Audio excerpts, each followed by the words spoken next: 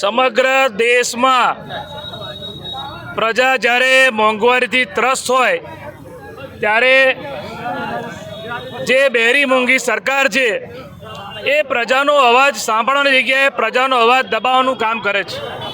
આજે જીવન જરૂરિયાતની કોઈ ચીજ વસ્તુ બાકી નથી જેના ભાવ વધારા ના થયા હોય।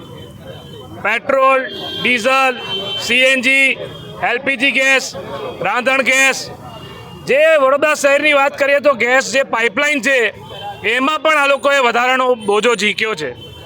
દૂધના ભાવ વધારા, ત્યારે તમામ રીતે પ્રજાને આવક ઓછીને ખર્ચો વધારે, પેલું કહેવાય ને કે આમદની અઠ્ઠાની ખર્ચા રૂપિયા, એવી હાલત આ દેશમાં અને ગુજરાતમાં થઈ છે।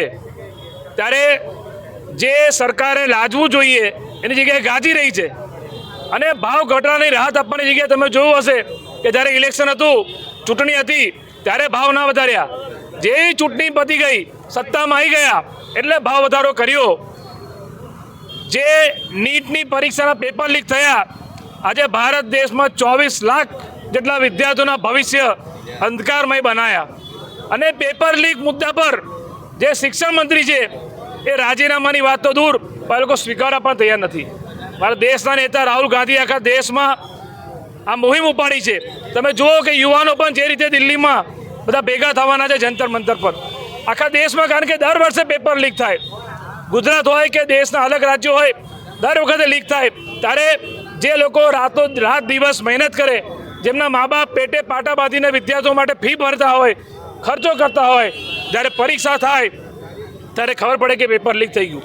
એટલે નીટ પરીક્ષાના જે પેપર લીક થાય એ બાબતે જે ધર્મેન્દ્ર પ્રધાન શિક્ષણ મંત્રી રાજીનામું આપે, અને આ જે પેટ્રોલ ડીઝલના ભાવ વધારા કર્યા છે, જે દૂધના ભાવ વધારા કર્યા છે, સીએનજી એલપીજી ગેસના ભાવ વધારા કર્યા છે, આ બધા ભાવ વધારા સરકારે પાછા ખેંચવા જોઈએ। એ બાબતે આખા ગુજરાત રાજ્યમાં કાર્યક્રમોની શરૂઆત કરી છે અને ભાગરૂપે વડોદરામાં આજે માંડવી 4 દરવાજા ખાતે એ પ્લેકાર્ડ સાથે અમે વિરોધ પ્રદર્શન રાખ્યો છે।